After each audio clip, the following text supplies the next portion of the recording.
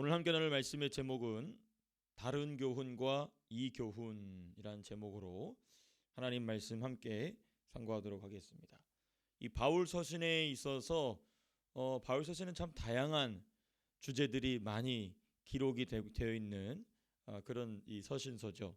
대부분 모든 성경이 다 그렇지만 특별히 바울 서신 같은 경우는 굉장히 심도 있게 중요한 주제들을 다양하게 다루고 있습니다. 그 중에 하나가 뭐냐면 이 교훈이란 말입니다. 교훈, 가르침이란 말인데 참 이 표현이 참으로 신비한 표현입니다. 이것을 단순히 teaching이다라고 말할 수도 없고 단순히 이것을 doctrine하면 이게 신학이나 또는 교리죠 라고 말할 수도 없고 하여튼 이 가르침이라는 말 속에 담겨 있는 깊이는 매우 깊습니다. 우리가 어제 우리가 주일을 설교에서도 함께 살펴봤지만 또 어린아이가 되지 않는다. 또 이 로마서에서도 이제 우리가 좀 살펴보겠지만은 그 어린아이가 되지 않는다는 것 중에 중요한 것 하나가 무엇이냐면 교훈입니다. 잘못된 교훈에 흔들리지 않는다. 이제 그런 의미에 있어서도 교훈이란 단어가 사용이 됩니다. 근데 오늘 같은 경우는 본문에 정확하게 대조되는 두 교훈이 있다. 다른 교훈과 이 교훈. 그렇죠? 영어로 뭐라고 되어 있냐면 other teaching이라고 되어 있고 또 이 교훈은 this gospel 또는 this teaching 이렇게 이 영문의 다양한 표현으로 좀 되어 있습니다만은 두 교훈이 명징하게 대조가 되고 있다라는 것을 좀 보게 됩니다.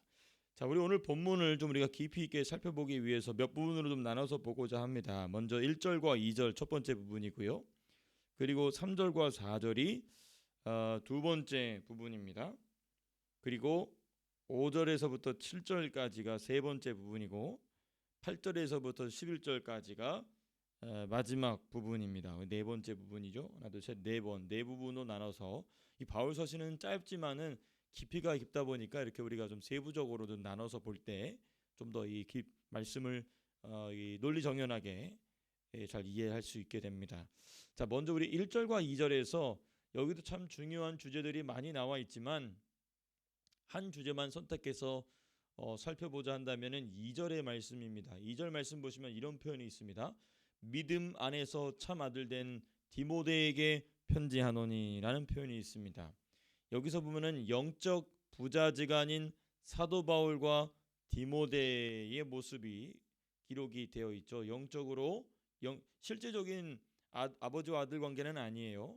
그런데 이제 바울에게 있어서 영적인 아들이고 또 이 디모데에게 있어서 영적인 아버지인 바울, 이것도 관계가 기록이 되어 있습니다. 이 영적인 아비와 영적인 자녀는 누가 맺어주시는가? 모든 관계를 성령이 맺어주시지만 교회 안에서 그리스도 안에서 성령이 맺어주시지만 특별히 이 영적인 아비와 영적인 자녀의 관계는 오직 성령으로만 맺어진다는 것입니다. 성령으로 맺어진다. 자, 여기까지는 우리가 잘 알아요. 아, 그렇구나. 내가 영적인 아비, 내가 영적인 자녀가 되고 내가 영적인 아비를 만난다는 것은 성령이 맺어주시는 것이구나. 근데 어떻게? 여기서는 우리가 잘 모릅니다. 이걸 얘기하기 위해서는 우리는 민수기를 좀 설명해야 될 필요가 있는데요. 그건 우리가 나중에 또 더 자세하게 살펴보겠지만 핵심은 복음으로 낳는 것입니다. 누가? 그 영적인 아비가 된 자가 그 영적인 아들이 될 사람을 복음으로 낳는 겁니다. 복음으로 출산하는 겁니다. 이 표현이 저 여러분들의 심령 속에 잘 밝혀질 수 있게 되기를 주님의 이름으로 축복합니다. 복음으로 다시 태어난다. 이거는 단순히 예수님을 믿는 거듭난다란 말이 아니에요. 거듭난다는 말이 아닙니다. 물론 그 말도 포함이 될 수도 있지만은 본질적으로 이 말씀을 내게 건네주는 사람, 이 복음을 내게 건네주는 사람, 이 원리입니다. 이 부분 우리가 민수기를 더 깊이 있게 공부를 해야 우리가 좀 살펴볼 수 있는데요. 핵심은 이겁니다. 성령이 진리의 말씀을 전하게 하시고 그리고 진리의 말씀을 받게 하시고 하는 이 과정 가운데 영적인 아비와 영적인 자녀의 관계가 맺어지게 된다는 것입니다. 이 영적인 부자지간의 관계도 이 사도 바울의 영적인 부자지간의 관계도 이렇게 맺어진 것이죠. 그러니까 진리와 사랑으로 말하고, 그렇죠? 복음을 말하는 진리, 하나님의 말씀을 말하는 사람은 진리와 사랑으로 말하고, 받는 사람은 아멘과 믿음으로 받고. 이거 중요합니다. 아멘과 믿음으로 받고. 예. 남겨진 부분 없이, 가리는 부분 없이, 이거는 좀 아니겠다 하는 부분 없이 100% 주고 100% 받을 수 있는 이 관계까지 나아갈 때에 비로소 우리가 성경에 기록된 사도 바울과 디모데의 중요한 영적인 부자 관계의 깊이를 우리가 이해할 수 있고 우리의 신앙생활에서 경험할 수 있게 된다는 것입니다. 자, 그러면 우리가 요것과 연결해 있어서 조금 더 중요한 표현이 이제 오늘 본문의 두 번째 부분인 3절과 4절에 나옵니다. 3절과 4절 안에서는 크게 세 부분으로 나눠서 좀 3절과 4절을 살펴보려고 하는데요. 먼저 3절과 4절의 내용은 이 주된 내용은 이겁니다. 사도 바울이 디모데를 에베소에 남겨둔 이유 또는 에베소에 남겨둔 목적이 이 3절과 4절에 기록되어 있고, 저는 그 안에서 세 가지 소주제를 가지고 좀 말씀을 묵상하려고 하는데, 그 첫 번째 주제가 지금 방금 말씀드린 1절과 2절에 기록된 영적인 부자지간의 관계가 얼마나 깊었느냐를 보여주는 아주 중요한 말씀이 기록이 되어 있습니다. 3절 보시면 이런 말씀이 있어요. 내가 마게도냐로 갈 때에 너를 권하여 에베소에 머물라 한 것은, 이 3절 말씀을 딱 읽는 순간 우리는 어떤 배경을 바로 눈치챌 수 있냐면, 사도 바울의 선교 여행에, 에베소로 향하는 선교 여행에 누구도 같이 있었다? 이 디모데도 같이 있었다는 것입니다. 근데 디모데와 바울이 에베소까지 같이, 그러니까 어디서부터 출발했는지는 좀 우리가 좀 찾아보기가 조금 어려워요. 그건 우리가 사도행전도 찾아봐야 되고 다른 서신서의 상황을 좀 비교해 봐야 되는데 이건 조금 어려운 일입니다. 근데 어찌되었든 확실한 거는 지금 디모데가 사도 바울과 함께 에베소로 가는 이 선교 여행에 같이 했다. 이거는 확실합니다. 그리고 또 다른 정보는 뭐냐면, 바울이 에베소에서 몇 년을 머물렀죠? 3년을 머물렀습니다. 사도행전에 나옵니다. 3년 동안 눈물로 에베소 교회 성도들을 길러냈죠. 영적인 아비가 된 것입니다. 그리고 3년 동안의 사역을 마치고 어디로 가냐면 마게도냐로 넘어갔다, 이 말이 돼 있어요. 지금 내가 마게도냐로 갈 때에, 이게 두 번째 정보예요. 그리고 세 번째, 제가 지금 말씀드리는 핵심입니다. 너를 권하여 에베소에 머물라 한 것은, 이 표현 아주 중요한 표현입니다. 이게 어떤 의미에서 중요하냐면, 사도 바울과 디모데가 영적인 부자지간의 깊이가 얼마나 깊느냐를 보여주는 아주 중요한 표현이에요. 우리는 그냥 쓱 보고 넘어가면 사도 바울이 자기 아들도 나무라 했구나, 우리는 그냥 쓱 넘어가거든요. 그러면 안 됩니다. 아주 중요한 표현이 담겨져 있어요. 사도 바울은 디모데를 권하여 에베소에 머물라고 말했습니다. 바꿔 말하면 어떤 말이냐면, 사도는 디모데의 의견을 묻지 않았다는 겁니다. 이 표현 아주 중요한 표현입니다. 사도 바울이 에베소에 디모데를 머물게 한 것은 디모데의 의견을 물어서 한 게 아닙니다. 너는 여기 남아라 하는 이 말에 의한 것입니다. 사도 바울이 지금 여기서 권했다라고 하는데, 이건 사실상 권한 게 아니고 명령이죠. 넌 여기 남아라. 근데 여기서 우리가 좀 더 더욱 중요한 건 뭐냐면, 디모데가 일체의 이견 없이 그대로 수용했다는 점입니다. 이게 바로 사도 바울과 디모데의 영적인 부자지간의 관계가 얼마나 깊은가를 보여주는 아주 중요한 표현인 것입니다. 디모데도요, 한 교회의 지도자가 될 정도로, 지금 에베소 교회의 담임 목회자가 될 정도예요. 사도 바울이 3년, 그 위대한 하나님의 사람 사도 바울이 3년 동안 목회한 교회에 바로 담임 목회자가 될 수 있을 정도의 깊은 영성을 가지고 있는, 젊지만 깊은 영성을 가진 목회자였습니다. 교회의 한 지도자가 될 정도로 신앙의 깊이와 진리를 가르치는 수준이 매우 깊었습니다. 오늘 본문에 나오는 내용들을 보게 되면 디모데가 이미 로마서나 에베소서에 기록된 진리의 깊은 이해로 들어갔음을 우리는 발견할 수 있습니다. 그 힌트가 어디 나오냐면은 4절에 보면은 하나님의 경륜이란 단어가 나와요. 하나님의 경륜이란 단어가 바울 서신을 쭉 보시게 되면 다 나오지 않습니다. 아주 깊이 있게 진리에 대해서 해설하는 서신서에만 나와요. 로마서라든지 에베소서라든지 이런 데서 나옵니다. 하나님의 경륜이란 주제가 스치듯 등장하긴 하지만 깊이 있게 다뤄지는 서신서는 두 서신서밖에 없습니다. 로마서나 에베소 두 서신서밖에 없어요. 그런데 이 디모데에게 쓱 뭐라고 얘기하냐면 하나님의 경륜이라는 단어를 지금 4절에서 쓱 얘기해요. 이게 뭐냐면 사도 바울이 가지고 있었던 진리의 깊은 수준에 가까울 정도로 디모데가 이르렀다는 것입니다. 그 젊은 나이였음에도 불구하고. 그런데 디모데는 그러니까 우리가 생각해보면 왜 자기 의견이 없었겠습니까? 그런 깊은 영적인 수준을 가지고 있는 디모데가 왜 자기 생각이 없었겠냐는 거예요. 그런데 자기 생각이 일체 없습니다. 디모데가 너는 여기 남아라 하는 말에 이견 없이 마치 자기가 그렇게 생각해 왔던 것처럼 본인이 준비가 되었겠습니까? 근데 그 자리에 그대로 남아 있습니다. 이게 바로 디모데와 바울의 영적인 부자지간의 관계가 어떠한가? 이게 바로 멘토 관계입니다. 우리가 뭐 요즘에 멘토라는 말을 막 많이 하는데요. 그 멘토가 뭔지 잘 몰라서 하는 말입니다. 멘토는 뭐냐? 멘토와 멘티의 관계는 뭐냐? 우리가 잘 유념해야 됩니다. 이 멘토는 멘토라는 이 그리스의 장군이 있는데 이 이야기는 제가 나중에 더 깊이 있게 말씀드리겠습니다만은 멘토는 뭐냐? 내가 누군가를 멘토로 섬긴다 했을 때 내가 아무리 생각해봐도 내 말이 맞고 성경을 봐도 내 말이 맞고 사람들의 말을 들어봐도 내 말이 맞고 내가 아무리 뒤져봐도 내 말이 맞지만 내 멘토가 노라고 했을 때 그 노를 나의 의견으로 받을 수 있는 것, 내가 아무리 봐도 성경적으로 봐도 이 멘토가 틀렸어요. 그래도 멘토가 노라고 했을 때 노를 받아들일 수 있는 것, 이게 멘토와 멘티의 관계고 지금 이게 사도 바울이 디모데와 맺은 영적인 부자지간의 관계라는 것입니다. 우리는 이 깊이까지 들어가야 됩니다. 이 깊이까지 들어가야 무슨 신앙이 되냐면 순교자의 신앙의 문이 열리기 시작합니다.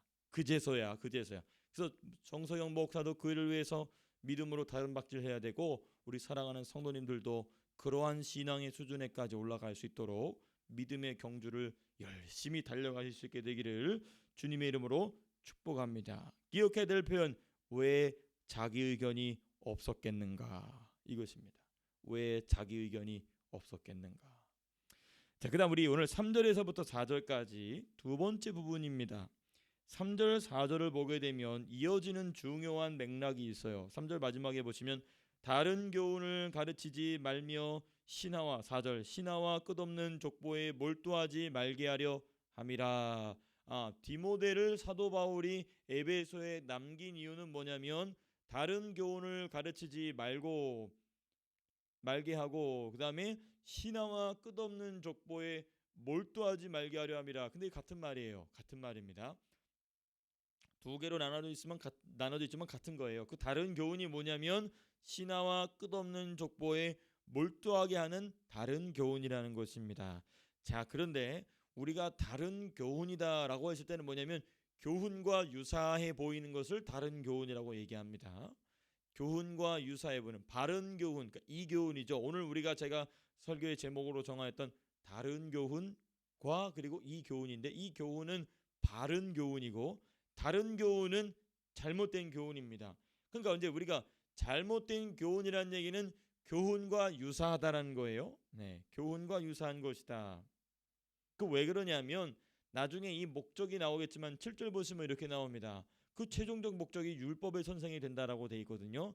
그러니까 이자들이 지금 이 목적하는 바는 뭐냐면 하나님의 말씀의 중요한 부분인 율법의 선생이 되고자 다른 교훈을 잘못된 교훈을 가르친다는 겁니다. 근데 일단 우리가 3절과 4절만 두고 본다면 이 잘못된 교훈은 어떤 교훈이냐? 잡탕이에요. 잡탕. 어떤 잡탕이냐? 유대교의 율법주의. 그리고 그 당시에 있었던 영지주의 사상.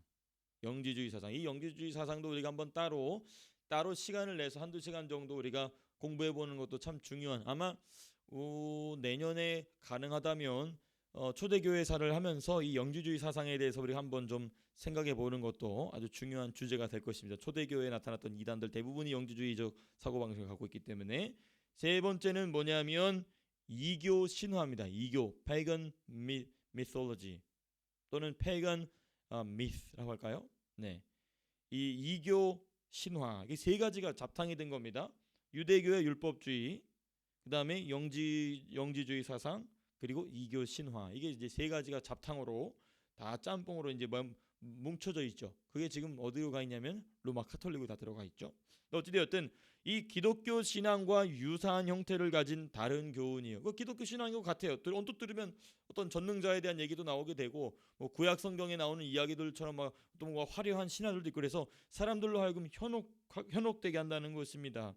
이것이 교회 안에서 유통되지 못하도록 막는 것이 디모데의 임무였습니다. 근데 이건 디모데의 첫 번째 임무예요. 두 번째 임무는 뭐냐면 4절에 기록되어 있습니다. 믿음 안에 있는 하나님의 경륜을 증거하는 것이 디모데의 중요한 두 번째 사역이었습니다. 중요한 말씀 사역이었죠.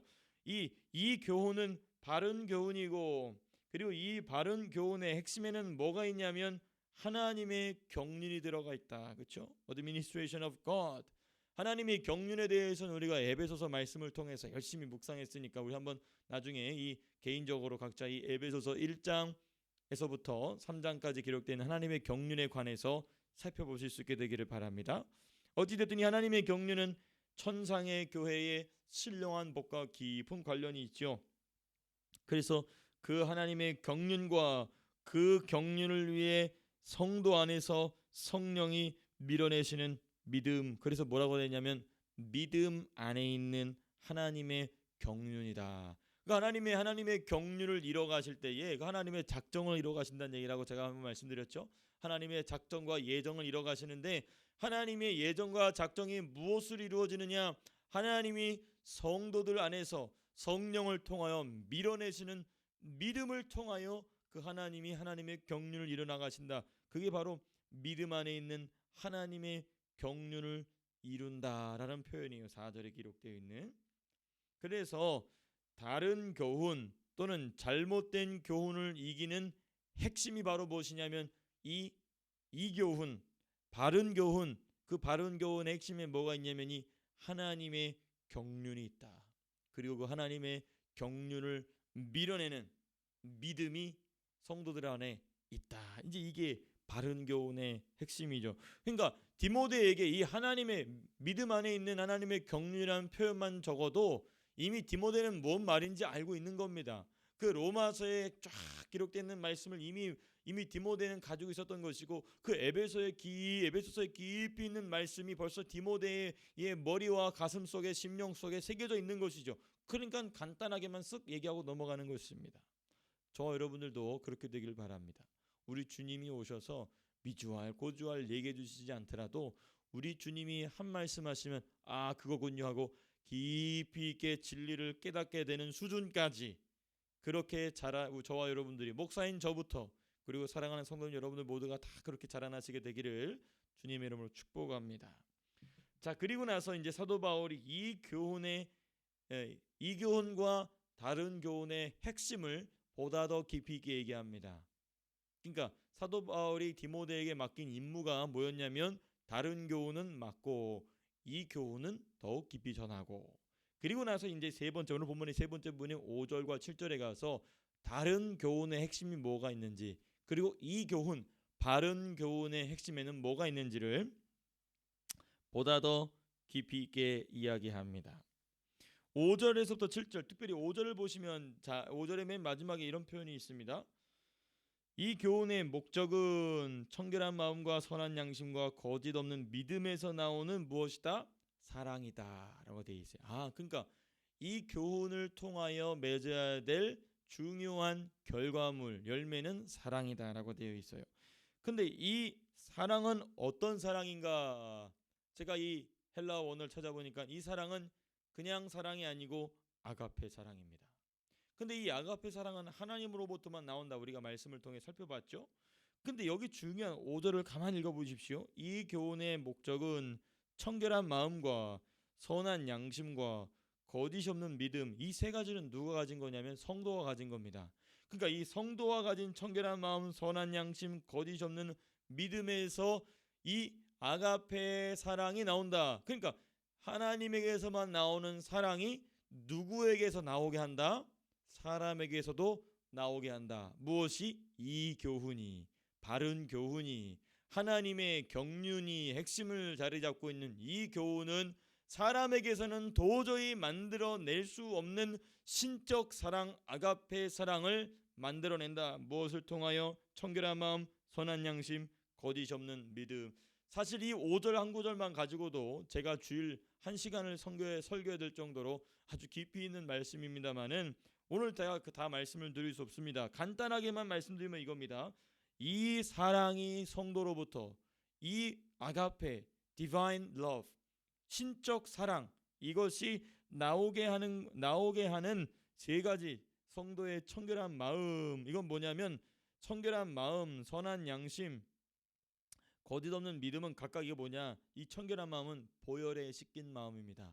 예수의 피에 씻긴 마음. 여러분, 예수의 피가 여러분들의 입에 붙어 있게 되기를 바랍니다. 순간순간 예수의 피를 얘기하십시오. 우리 아이들을, 여러분들의 자녀를 볼 때 밥 먹다가 말고도 아이를 보면서 예수의 피로 덮습니다. 이 말을 순간순간 밥 먹다가 말고라도 집안에서 왔다 갔다 하더라도 예수의 피로 덮습니다. 꼭 이 말을, 이 표현을 여러분들의 입에 붙여놓고 또 붙여놓고 또 붙여놓으시길 바랍니다. 너무너무 중요합니다. 이게 예수의 피로 씻긴 마음이 청결한 마음이라는 것입니다. 나중에 우리가 디모데 전서를 더 깊이 있게 공부할 때 살펴보도록 하겠습니다만은, 두 번째 선한 양심은 뭐냐면 신앙 양심이라는 것이에요. 신앙 양심. 이 신앙 양심은 어떤 양심이냐? 세상에서 볼 수 없는 천상의 양심입니다. 천국을 살아가는 양심이에요. 천국, 우리가 영원 천국에서 이제 우리가 하나님 보좌 앞에서 영원히 살아가고 각자의 이 성도의 이 실력을 따라 천국을 누리게 될 텐데, 그때 천국을 살아가는 천국 양심을 이 땅에서 가진 것, 우리가 그걸 뭐라고 하냐면 이 선한 양심이다, 천상의 양심이다, 이것이죠. 그 다음에 세 번째 거짓이 없는 믿음이라는 건 뭐냐면은 원수의 거짓을 분별하는 믿음입니다. 원수의 거짓을 분별하는 믿음이다. 네. 이 거짓이란 주제도 바울 서신에 있어서 참 중요합니다. 단순히 그냥 거짓말을 얘기하는 게 아니에요. 단순히 거짓말을 얘기하는 게 아닙니다. 원수가 성도들을 속이는 거짓을 얘기하는 것입니다. 그럼 뭘 속이느냐? 그건 우리가 이제 로마서를 통해서 더 자세하게 살펴보겠습니다. 어찌됐든 이 세 가지가 무엇을 만들어내냐? 아가페 사랑을 성도로부터 밀려 나오게 한다. 그게 우리 지난번에, 제 개인적인 말씀도 죄송합니다, 우리 김현철 집사님이 우리 식사 시간에 한번 말씀하셨던 바로 그겁니다. 그냥 우리 안에서 내가 사랑을 하고 싶어서 사랑하는 게 아니고 밀려 나오는 사랑이라는 거예요. 밀려 나오는 사랑. 그 사랑은 에로스 사랑도 아니고 무엇입니까? 또 다른 사랑 한 뭐 있는데 갑자기 까먹었습니다. 그리고 세 번째 이 아가페 사랑, 이거는 밀려 나오는 겁니다. 성령이 이러한 메커니즘을 통해서 밀어낸다는 것이죠. 그게 이 교훈의 핵심이라는 것입니다. 반면에 있어서 이 다른 교훈의 핵심에는 뭐가 있느냐? 6절에 보니까 사람들이 이에서 벗어나, 여기서 말하는 이에서 벗어났다는 거냐면 이 교훈, 바른 교훈, 그러니까 이 사람들은 바른 교훈을 먼저 받았던 사람들이에요. 근데 이 바른 교훈을 받았던 사람들이 그 교훈에 깊이 들어가지 못하고 성령으로 그 교훈에 깊이 젖어들지 못하다 보니까 이에서 벗어났다라고 얘기하고 있어요. 이에서 벗어나 어디에 빠졌냐면 헛된 말에 빠져라고 돼 있어요. 이 다른 교훈, 잘못된 교훈의 핵심에는 뭐가 있냐면 헛된 말로 가득하다. 헛된 말로 가득하다. 네. 4절에서는 이 헛된 말을 뭐라고 돼 있냐면은 도리어 변론을 내는 것이라고 돼 있어요. 여기서 말하는 이 변론은 논쟁을 위한 논쟁 주제예요. 논쟁을 위한 논쟁 주제예요. 쓸모없는 논쟁, 아무짝에 쓸모없는 논쟁. 뭐 예를 들면 중세에 보게 되면은 하나님의 천사가 영적인 존재인데 바늘 끝에는 천사가 몇 명이나 올라갈 수 있느냐? 아무짝에 쓸모없는 그런 하나님은 자기가 둘 수 없는 이 바위를 만들 수 있는가? 뭐 이런 아무짝에 쓰잘데기 없는 이런 이런 쓸데없는 말들을 만들어내서 사람들로 하여금 현혹시킨다는 겁니다. 그 생각해 보십시오. 바늘 위에는 천사가 몇 명이나 올라갈 것인가? 이 심각한 신학적 주제였습니다. 지금 생각하면 또라이들이 참 할 짓 없구나, 배부르고 등 따스니까 우리가 그렇게 생각할 수 있는데요. 이게 중세시대의 아주 중요한 신학적 주제였습니다. 또 하나님은 과연 하나님이 들 수 없는 바위를 만들 수 있는가? 이것도 지금도 무슨 또라이들이 또라이 같은 소리 이런 소리 할 수 있지만은 이게 아주 중요한 신학적인 논쟁이었습니다. 그러니까 이게 바로 지금 사도 바울이 얘기하고 있는 끝없는 족보, 신화와 끝없는 족보에 몰두한 이 사람들의 아무짝에 쓸모없는 변론 또는 헛된 말에 빠지게 하는, 이게 바로 이 잘못된 가르침, 다른 교훈의 핵심에는 이것이 있다는 것입니다. 근데 그 목적지가 어디냐?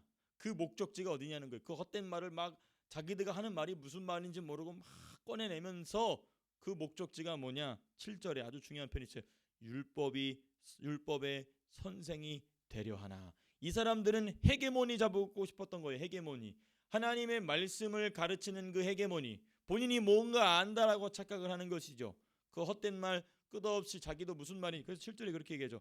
자기가 말하는 것이나 자기가 확증하는 것도 깨닫지 못하면서 율법의 선생이 되려 한다는 것입니다. 근데 그런 사람들이 막 현혹스러운 말에 사람들이 현혹되면 이야, 저 사람 뭔가 있나 보네 하고 따라간다는 것이죠. 이게 그 사람들의 목적지라는 것입니다. 자, 근데 벌써 지금 6시간 돼 버렸습니다. 이게 바울 서신은 제가 이렇게 말씀을 좀 얘기하다 보면은 조금만, 우리 한 몇 분만 더 제가 더 이 말씀을 나누고 얼른 마무리하겠습니다. 죄송합니다. 이렇게 사도 바울이 이러한 다른 교훈의 핵심인 변론을 드러낼 때에, 변론 또는 이 사람들 최종 목적지인 율법의 선생되고자 하는 것을 사도 바울은 디모데의 사역을 통하여서 에베소의 교회 안에서 그것을 끊어내고자 하려고 했다는 것입니다. 자, 중요한 것은 이제 이러한 변론이나 이러한 율법에 선생되고자 하는 모습이나 또는 이 헛된 말에 빠진 모습이 현대 교회에도 있다는 것입니다.